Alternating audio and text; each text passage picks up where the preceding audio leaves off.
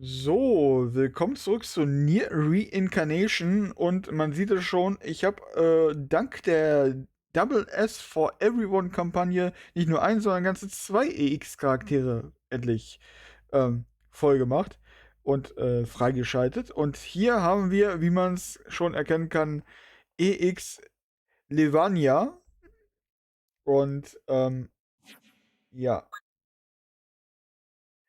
dementsprechend gucken wir uns von Levania jetzt auch die EX Character Story an. So, viel Spaß.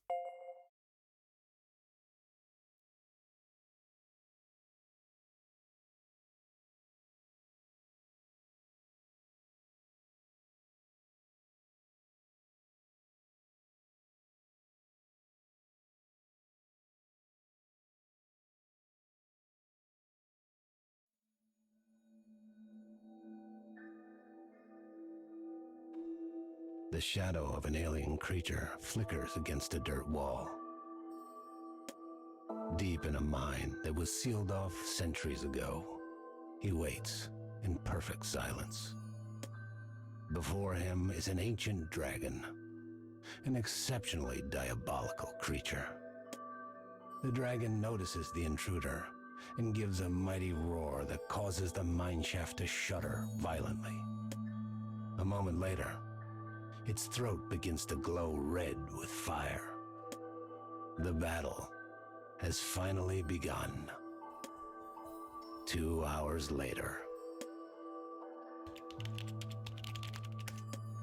Golden letters flash on the monitor. As the dragon lies motionless on the ground, the adventurers raise their swords and staves high. The fanfare is accompanied by a blizzard of dazzling particle effects. Inside a dimly lit room, the effects reflect off the glasses of a man facing his computer. He's deep into a raid in an MMO. It is an incredibly popular title, with a player base nearing almost 1 million members. The man and his fellow party members have vanquished the ancient dragon, which the most recent patch dropped as the game's newest, most powerful enemy. The group chat is flying with the exclamations of his online friends. Everyone is reveling in their victory.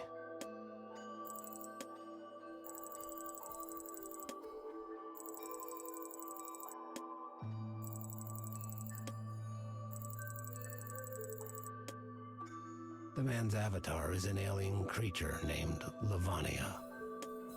It is, of course, only his character's name, not his own. The man types a message out to the party. They retort with their own good-natured jabs.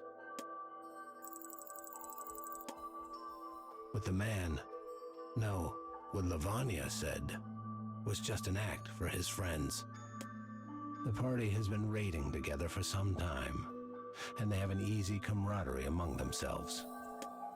Theirs is a relationship of inside jokes among informal friends. But everyone knows the man had been the key figure in taking down the dragon. Without him, they likely would not have been victorious.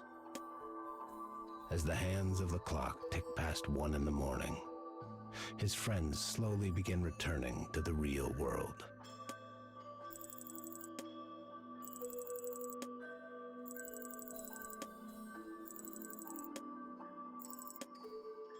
The man types, "See you tomorrow," and logs out.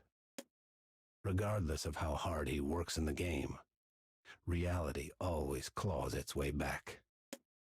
The man gleefully crawls into bed and removes his glasses.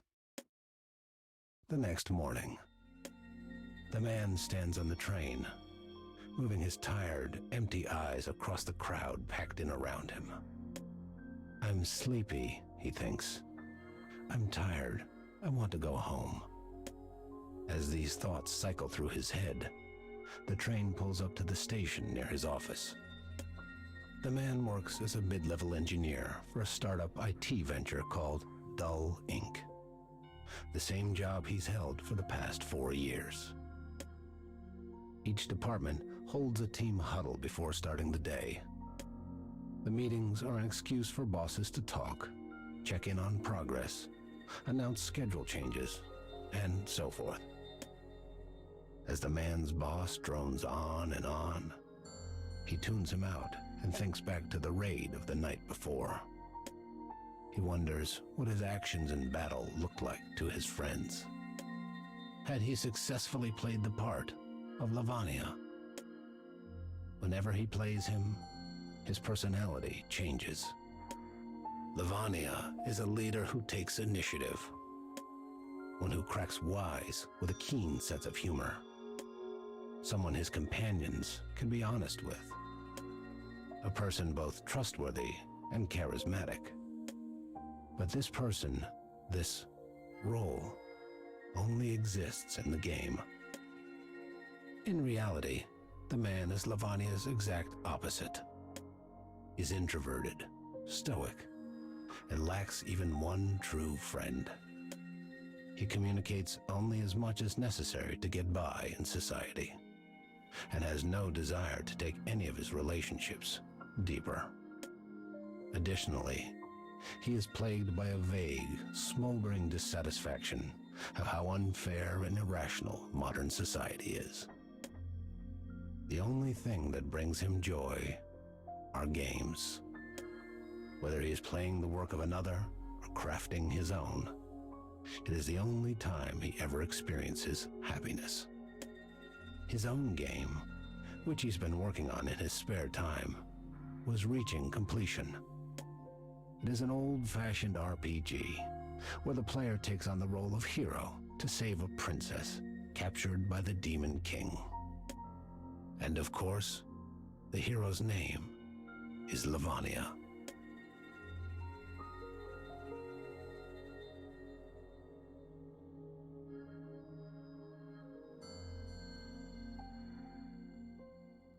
Okay, wie der Name von der Storyline schon ein bisschen angedeutet hat, scheint es zu der Zeit gewesen zu sein, bevor Levania zum Monster wurde. Ähm, Frag ich natürlich, wie er wirklich heißt, aber vielleicht erfahren wir ja noch mehr.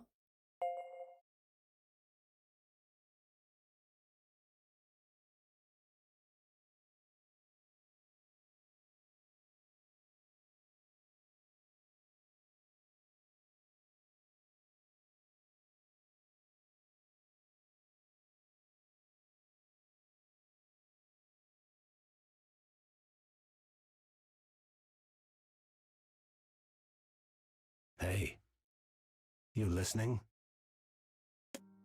The man suddenly snaps back to reality.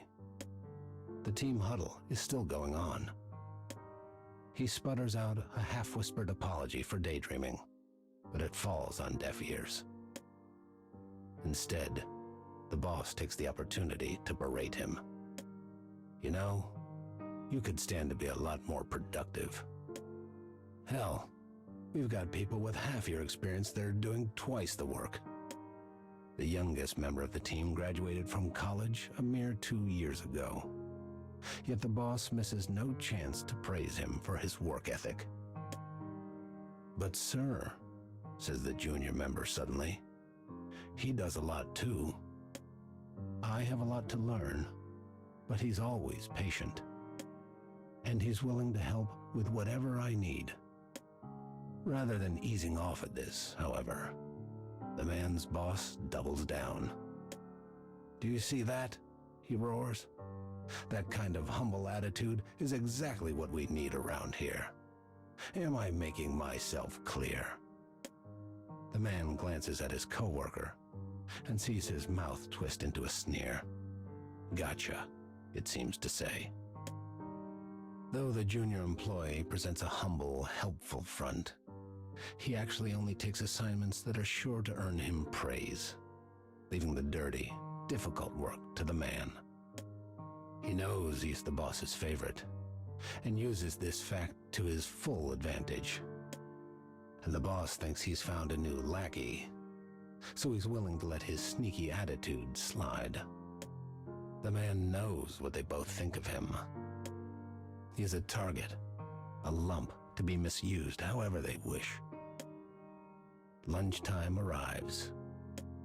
The man sits in the corner break area, munching on a vending machine pastry. A stout coworker approaches with a can of coffee in hand and gives it to the man. "Rough morning, huh?" he says. This stout man is an engineer who joined the company at the same time as him and now works on his team. Though not close enough to call each other friends, the man does not find his coworker's thoughtfulness unpleasant. But he also knows him to be the type who tries to please everyone and avoid making waves. Anyway, hope it all works out. The stout man stands there awkwardly for a moment before shuffling back to his desk. The day comes to a close.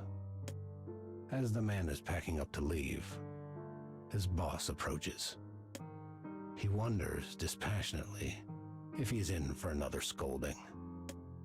It turns out he is. His boss immediately tears into him for one thing or another. But no matter what he says, it will never resonate with the man. This is just a job. It pays for food and a roof over my head. That's all. The man repeats this to himself as he waits for his boss to tire himself out. Eventually, he finds himself standing on the train home. It's full, but not uncomfortably so, and he has room to scroll through his phone as he rides. As he peruses his usual gaming news sites, an advertisement catches his eye. The game development company that makes his MMO is looking for an engineer. He typically scrolls through advertisements almost unconsciously, but this one seizes his attention immediately and refuses to let go. Later, the man sits down in front of his computer. He types a joking greeting in the group chat, and several people immediately respond.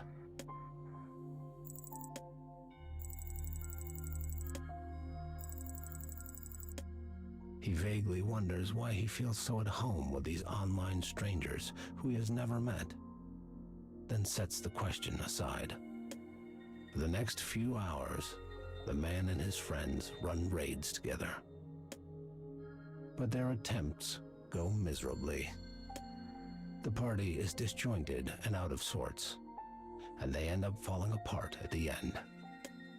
The man apologizes for his poor leadership and suggests a new strategy for their next encounter. His teammates are aware the loss is not the man's fault, so they listen to his plan and offer up occasional suggestions or tweaks. It is a very constructive discussion. Eventually, as always, he must return to reality. His friends log off one after the other, their names disappearing from the screen. Then, one of them offers a parting remark. It's a compliment, the kind of casual thing people exchange a dozen times a day. But it causes a terrible sense of guilt to rise up in the man. I'm fooling them, lying to them. I'm nothing like Lavanya in real life. But if I could, I would love to be just like him. Though his body cries out for sleep, the man logs out of the game and opens his internet browser. He arrives at the game developer's website and navigates to the section on open positions. He doesn't want his online friends to know what he's like in reality. He doesn't want them to be disappointed. But if he ever wants to change that, he will need to make a greater change to himself, stop drifting through life, and take some initiative. Lavanya would know what to do and put a plan in motion right away. In fact, after a brief moment of hesitation, he attaches his resume and sends it off.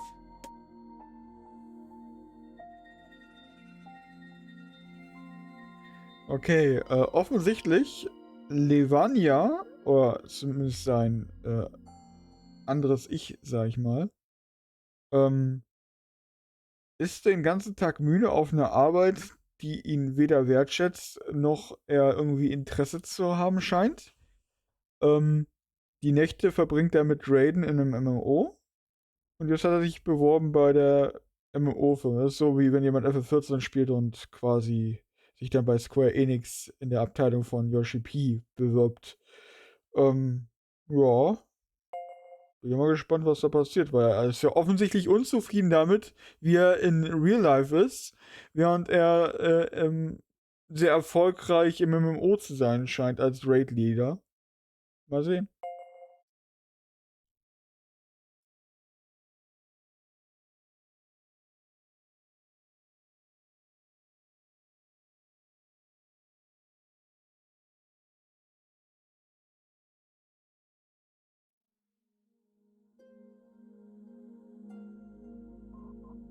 The man's smartphone lights up as he receives a notification.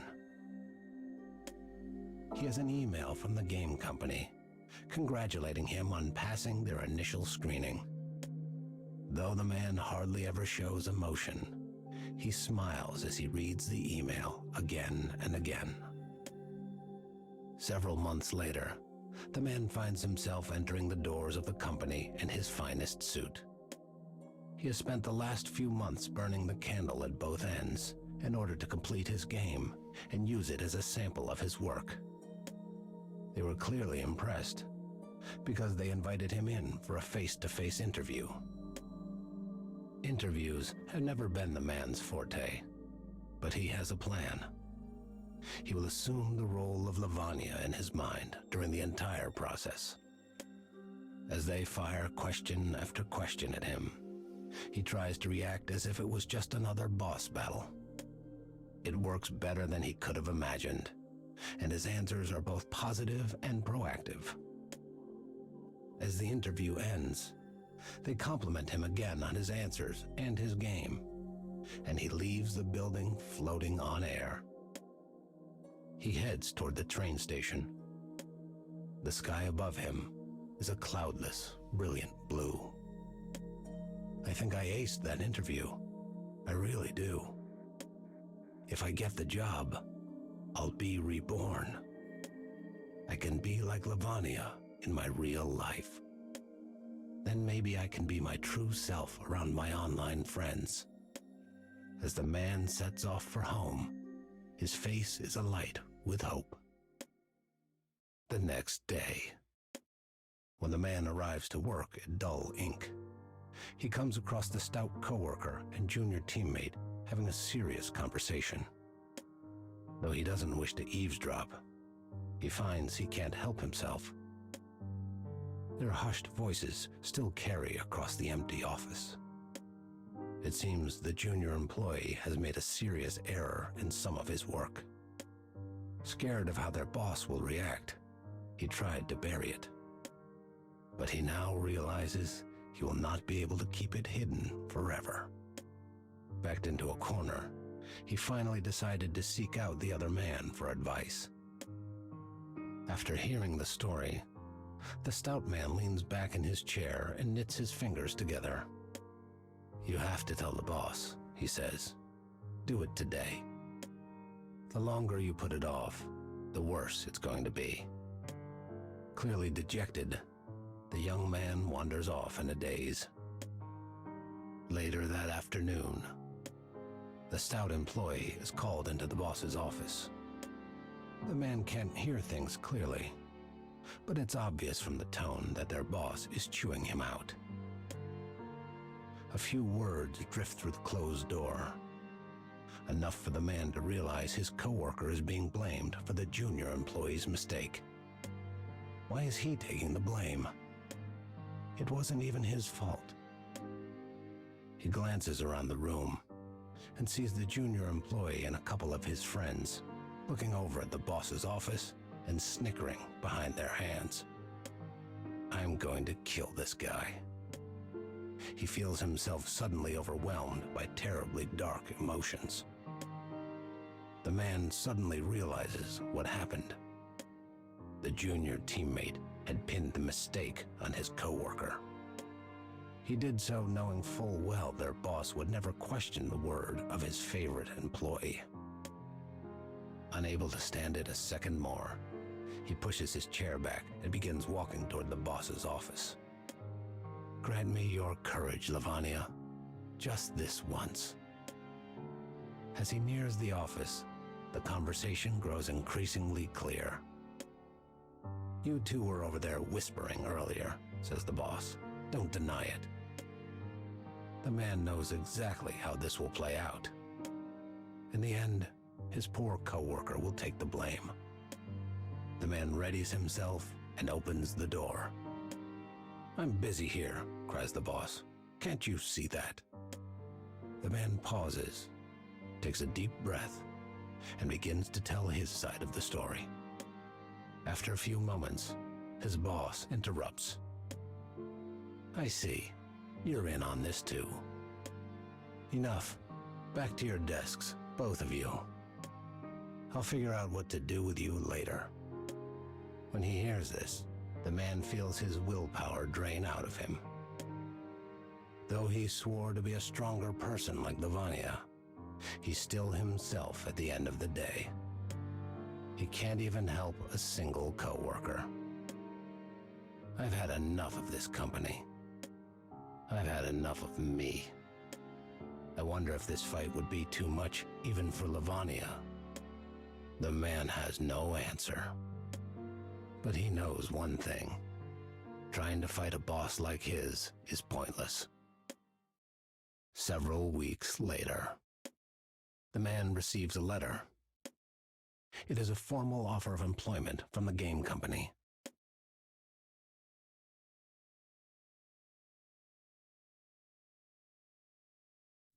Ja, er hat's versucht, ne? Und schlimme Kollegen gibt's überall. Aber das Gute ist, dass die Firma, wo er arbeitet, nicht nur ihm nicht gefällt, die heißt auch noch Dull Inc. Ne? Das ist schon komischer Zufall. Mal sehen, wie es ihm in der Spielefirma ergeht, weil scheinbar hat er ja gerade die Bewerbung geschafft, ne?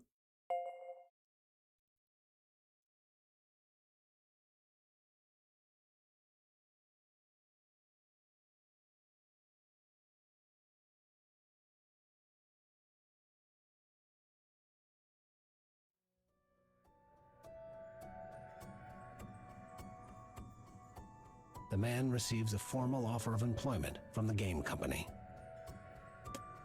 The next day, the man walks into his boss's office and hands him a letter.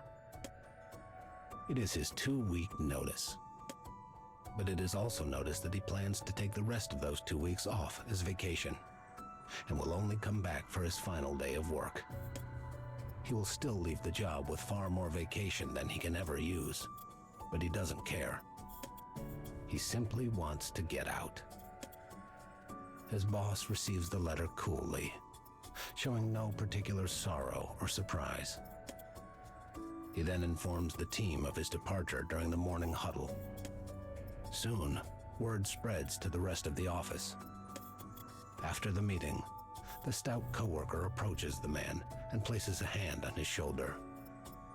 Thanks for all your hard work, and for trying. They both know what he's referring to.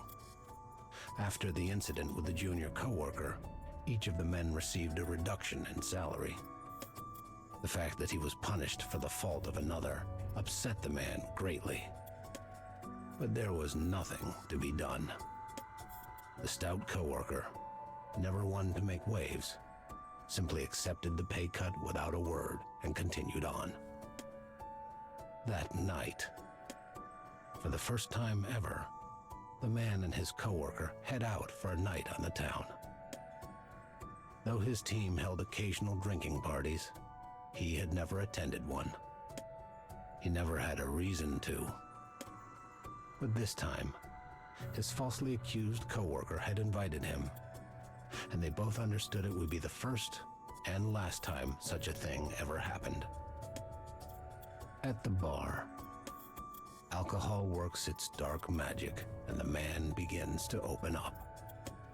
He talks about his favorite games, his next job, and his hopes and dreams for the future.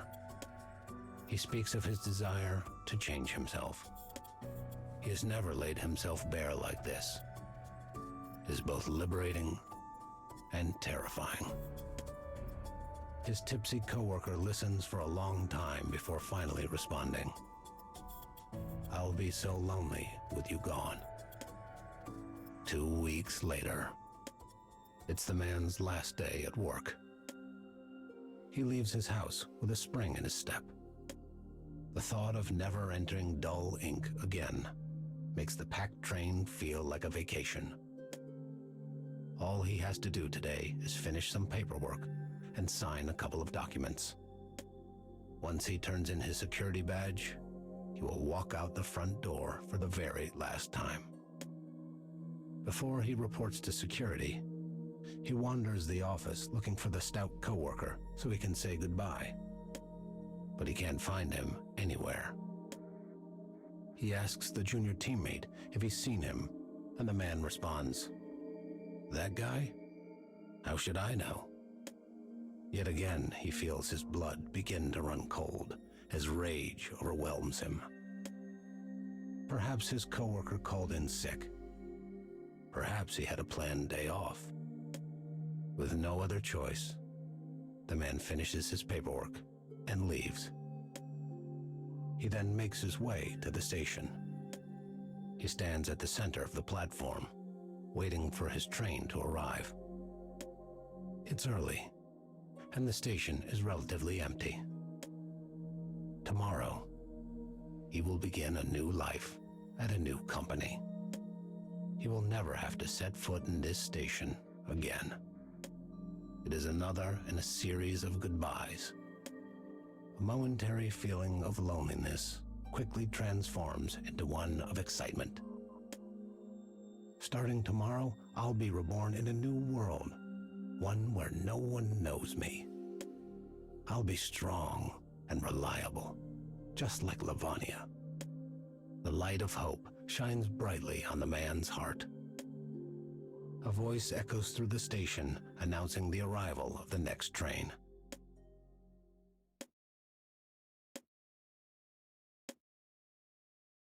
Suddenly, something collides with the man from behind.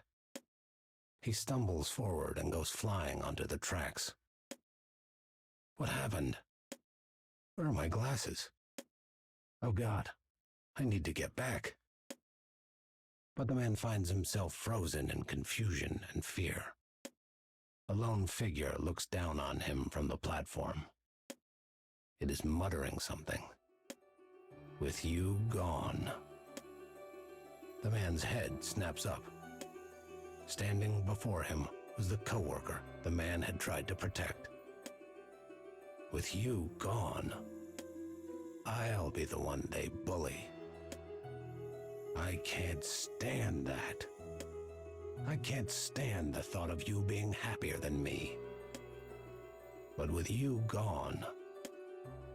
The shrill sound of a train whistle drowns out the rest of the thought. All sound stops. In a silent vortex of darkness, a few thoughts swirl. I don't want to die. I want to keep living. Dreams. Hope. Reborn. I